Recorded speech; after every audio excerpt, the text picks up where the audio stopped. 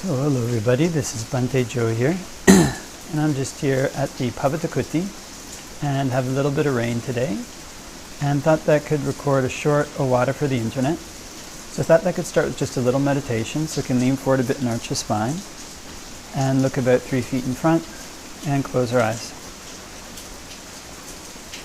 And can spread thoughts of goodwill to our right hand side. Wishing may all beings to my right be happy and at ease.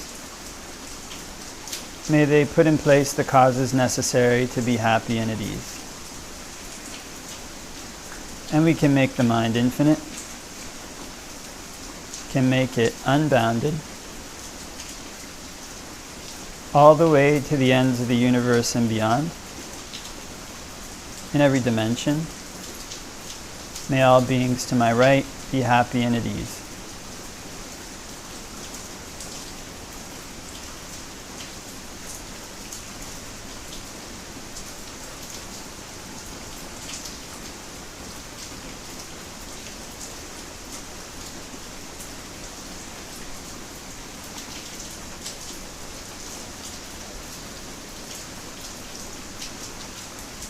And we can spread thoughts of goodwill to our right hand side and our left hand side.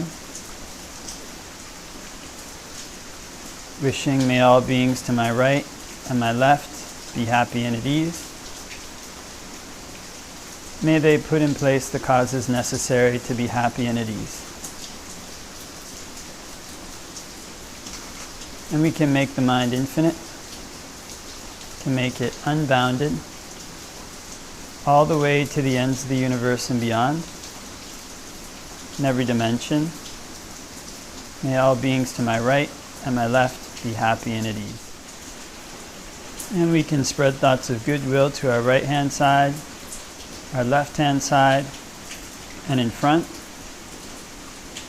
May all beings to my right, my left, and in front be happy and at ease. May they put in place the causes necessary to be happy and at ease.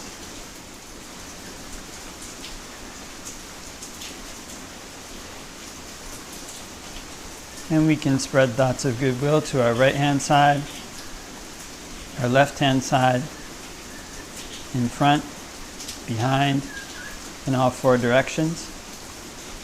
May all beings in all 4 directions be happy and at ease.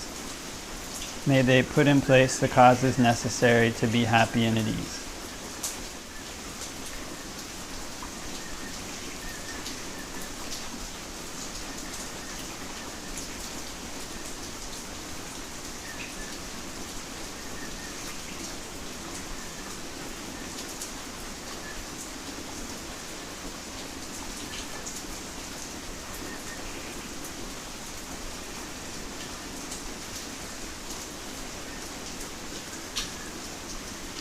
And we can spread thoughts of goodwill to our right hand side, our left hand side, in front, behind, and above.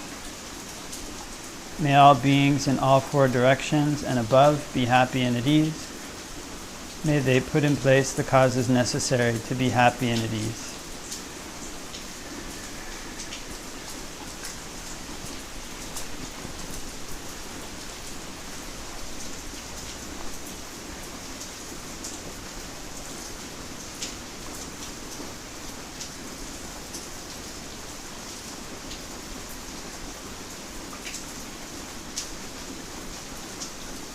And we can spread thoughts of goodwill to our right hand side, our left hand side, in front, behind, above, below, all around in every direction, everywhere. May all beings all around in every direction, everywhere be happy and at ease. May they put in place the causes necessary to be happy and at ease. And we can make the mind infinite, can make it unbounded, all the way to the ends of the universe and beyond, in every dimension. May all beings all around everywhere be happy and at ease.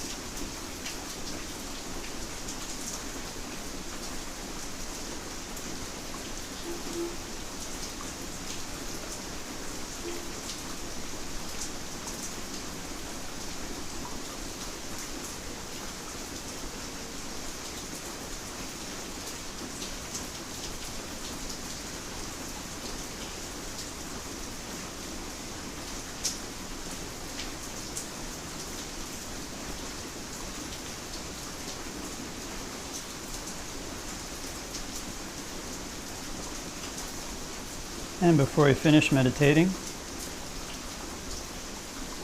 can spend a bit of time thinking on the topic of impermanence. How everything that's subject to arising is subject to ceasing. It's not me, it's not myself, and to cling to it is suffering.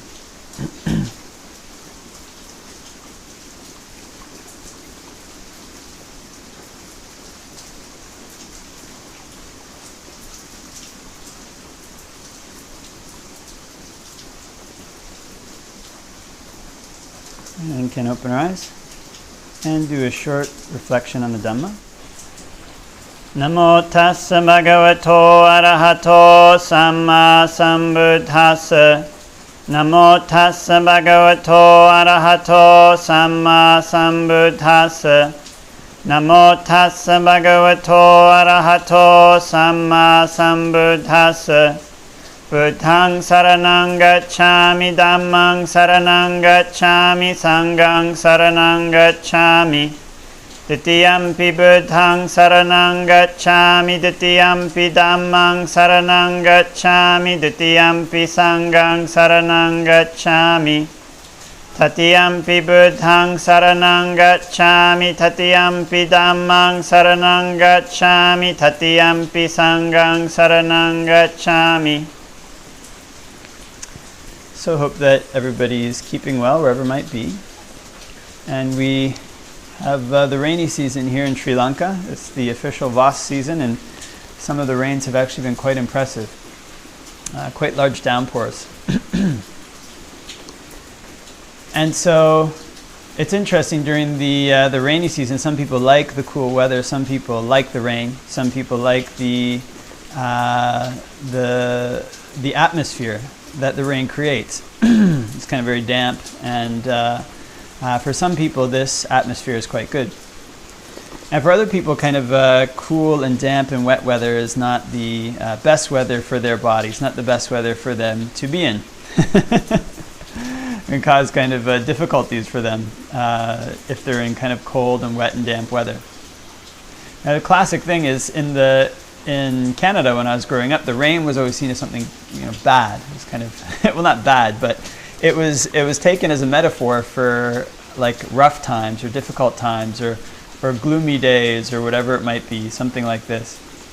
And there was a song they would sing, like the sun will come out tomorrow. Bet your bottom dollar that tomorrow there'll be sun. So there was always this metaphor that, after the rain, the sun comes out, and there's this kind of rain, and then sometimes there's sun. And so when a person comes to practice meditation, when they come to practice the Buddha's teachings, the moods that come into the mind, they're a bit like the weather. They can be a bit like the weather. It's kind of, remember was talking actually with my mother a few years ago, and somehow the topic of science came up, and I think I was kind of getting onto this thing that science was, it's too difficult to. Some things were too difficult to predict. Anyways, I was kind of getting onto this topic, and she brought up the point. Well, the weather, people have actually been relatively successful at predicting the weather. Science has been relatively successful at predicting the weather, and the weather is something that they can predict with a certain amount of accuracy, but there's always this kind of probability to it. So actually, just on my phone, I've been searching in Sri Lanka for a while for an app that gave accurate weather reports here, because the country has quite a lot of mountainous areas and then flat areas, and just a few kilometers down, even the temperature changes. So to say nothing of the effects that has on things like rain. The climate can change drastically just 15 kilometers away. So eventually found this app that does quite a good job, and maybe I'll plan to put a post up there one time so that any of my fellow monks who like to go out and wander or go into the wilderness or so and might want to have a good forecast, they can check this app out too. But in any event, on this app, basically when one wants to look at the weather, it shows a number of probabilities. Like today, the probability is 90% for this hour, and 60% for this hour, and this quantity of rain may come this hour, and this quantity of rain may come that hour. And part of the reason is that because there's many different factors that come in and influence whether or not a particular weather pattern will appear or won't appear. And it's not always 100% easy to say whether or not a small factor may come in from the side and push that away. And so, in a similar way, there's these kind of causes and effects to the moods, to the feelings that a person has in their mind. What is it that causes a happy feeling to arise? What is it that causes a sad feeling to arise? What is it that causes a feeling of motivation to arise? What is it that causes a feeling of laziness to arise? And when a person comes to practice meditation, to a certain extent, one has to try to learn to be a little bit like these weather scientists. My mother made the good point that they're actually pretty good at predicting weather. Can't predict it with 100% accuracy, but still can do a pretty good job. In a similar way, when one learns to observe, one can learn to observe the cause and effect. What is it that causes the mind to have these moods and emotions, that causes them to arise, and what is it that causes them to cease? Now, the moods and emotions that arise in a person's mind, these things are like the weather in the sense that they are not 100% predictable. We can say that when I behave this way, in general, it leads to this type of feeling or this type of emotion. In Buddhist terminology, we call them Vedanas and Sankharas. Vedanas, you can call it the basic feeling, and then Sankharas, they can be an elaboration to a certain extent on these feelings. But in any event, it all gets lumped together to a certain extent. And one can try to become better at predicting what it is that causes them to arise and cease. When a person is living a normal life before they've come to Buddhist practice, a lot of what a person searches for is based on whether or not they have these feelings that they like to consume and don't have the ones they don't like to consume. If a person feels this feeling of inspiration or feels this feeling of being in flow or something like this, then they're very happy. I remember I was coming back from somewhere in Toronto several years back. I used to live in Toronto, and I was a monk. And I was coming back, and I got off this bus, and there was monks in Canada were like homeless people. So monks are not well known in Canada. So when you walk around things, often you end up talking to fellow people who are kind of a little bit homeless. So I would stop and talk sometimes. I'd end up meeting this one fellow who was always kind of panhandling on the road for change. And we'd always bump into each other because I was walking. And Canada people often don't walk that much. They'll often take the car, take the bus, unless they're teenagers or maybe panhandlers or so. So we would meet and we would talk sometimes. And I got off this bus one time and I saw my fellow homeless person there, and I got out and he was in his excellent mood. I think he was doing well with his panhandling, with what he was up to that day. And so he's like, oh yeah, the music is just flowing today, da-da-da-da-da. And he had this cup, and he's like, yeah, everything's going really great. And he's like, can I play you a song? And I said, I can't listen to any songs that you might play. I said, I can't do it because it's against the monastic rules. And he's like, oh, he started to get really upset. He said, you're killing my vibe. I was in this kind of flow and you're killing it. You're ruining my kind of vibe. And I was like, I'm sorry, I don't want to ruin, basically I didn't want to ruin your vibe, but I can't listen to any songs that you're going to play. So anyways, we had a little exchange and I walked off. But the vibes, the feelings, the emotions that a person might want to consume, they're not something that are 100% controllable. There can be these factors that allow a person to get into the flow and have a good vibe. Kind of the music is flowing and people seem to like one. And then one guy comes along and he kaputs it. So these external factors can influence the moods and emotions that arise in a person's mind. Before a person comes to Buddhist practice, they tend to associate the feelings and moods that often arise in their mind with an identity. So in other words, if these particular feelings, particular thought patterns arise in a person's mind, then if they arise quite frequently, that's what my character is. This is what my identity is. That's who I really am. And because this kind of habit pattern, it tends to stay pretty constant, relatively constant anyway, the probability of it tends to stay relatively constant, wherever a person goes, if they go to different places in the world, their weather patterns are still pretty similar. If they go to Russia, the weather patterns in their mind are similar. If they go to Canada, the weather patterns in their mind are similar. If they go to the Bahamas, maybe the weather patterns get a little sunnier, but generally, if they stay there for a while, they'll probably become similar again. So these things are things that are very easy to associate with the feelings, the moods, the emotions of the mind. And kind of one wants these good feelings, one doesn't want these bad feelings. And so when we come to Buddhist practice, we try to learn to manipulate them to a certain extent. You know, we don't want feelings of sadness or despondency to arise. We don't want feelings of laziness to arise, and we don't want any of these feelings that are negative to arise. We want the kind of positive ones, happiness and ease and these various feelings. The interesting thing is that when we come to Buddhist practice, we start trying to learn the conditions for these various things. It indeed is the case that there's a certain extent to which one can manipulate them. There's a certain extent to which one can predict what types of actions will lead to generally happy moods and what ones will lead to unhappy feelings, unhappy sankharas, unhappy vedanas, and vice versa. So in this way, one tries to put into place the causes that will lead to happier moods, happier feelings, happier sankharas. These things like keeping sila, giving dana, and practicing meditation, basically making merit.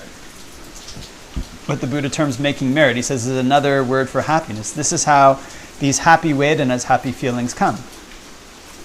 But there's a catch in this, in that these feelings, they have this cause, they have this effect, but they also have this element of unpredictability. There's also causes and effects that we put into place long in the past.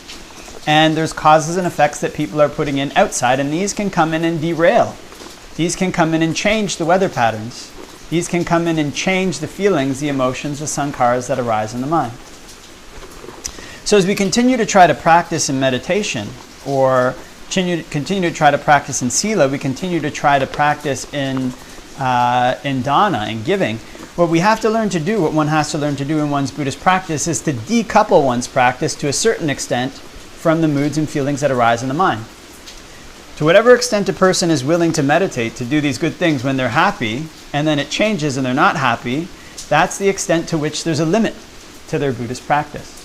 It's a limit to their ability to put the causes into place that will give them the things that will genuinely make them happy in the future. But in this decoupling, what one also tries to perceive, tries to learn, is that actually these vedanas, this feeling that we get, these sankharas that we get, these things, although we think they're things that are quite happy, we think they're things that are quite great, to have this feeling of elation, to have this feeling of flow, to have this feeling of everything in the universe is syncing up and going well, these things still come under feelings. These things still come under sankharas, and they're things that actually have elements of suffering in them. So what we learn when we try to come to practice meditation is that we actually have to separate our mind from feelings. We actually have to separate our mind from sankharas if we want our practice to be consistent. If we want our practice to be something that's not constantly rising and falling, we can't send our mind out to be in the weather. We have to pull it back and just say the safety of the building. So one tries to do this for us because there's actually higher types of happiness that don't depend on these kind of feelings. It's kind of there's an ease that one can gain through not having to depend on the moods and emotions and thoughts and sankharas in the mind. One depends on the Dhamma more and more. You know, I'm meditating now because it's good, because I want to develop these things. I want to develop these things. If the sankharas are good, then that's great. But if they're not good, still I'll keep doing. Now, of course, there's going to be external conditions that influence these things one way or another. For example, if one is quite tired, it may be time to take a rest. It's not just the case that we totally ignore the feelings that go on in the mind. Or if one is feeling quite like something's very low in one's practice, it may be something genuinely wrong, that a wrong cause that one has put into place. But in general, one wants to try to move towards decoupling one's mind from the feelings and emotions in the mind more and more, because although these are things that one can predict, like the weather, to a certain extent, there are also things like the weather that one cannot 100% control. And so if one wants to avoid getting soaked by the rain or shocked by lightning sometimes or caught in tornadoes, then one can't stand in the areas where the rain and the tornadoes and the lightning come. One has to stand in a place of safety.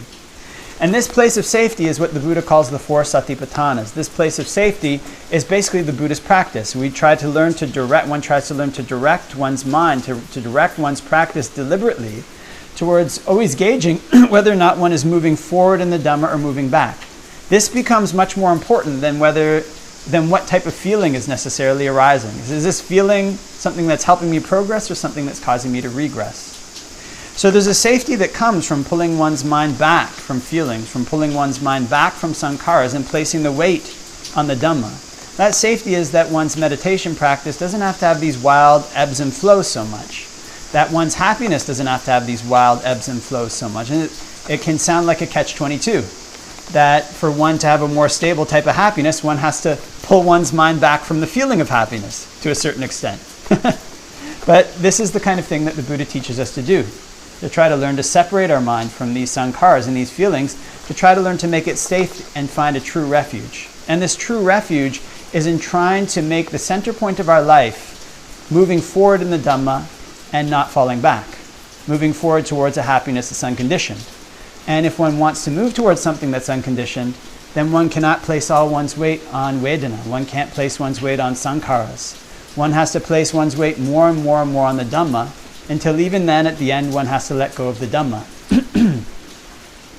So though the weather here is rainy right now, eventually the sun will come out. The sun will come out, that's a good thing. We can do certain things in the sun. The rain is here, there's certain things we can do in the rain. But all of the time, one can't just stay out in the weather, being blown around by the wind. One has to have this kind of one can have this safe place of safety. In this case, it says kuti. I don't have to get soaked by the wind or scorched by the sun. And in the case of our practice, it's the four satipatthanas. It's being able to keep in mind the things that cause us to grow in the Dhamma and to guard against the things that cause us to fall, for the sake of finding a happiness that doesn't depend on the weather.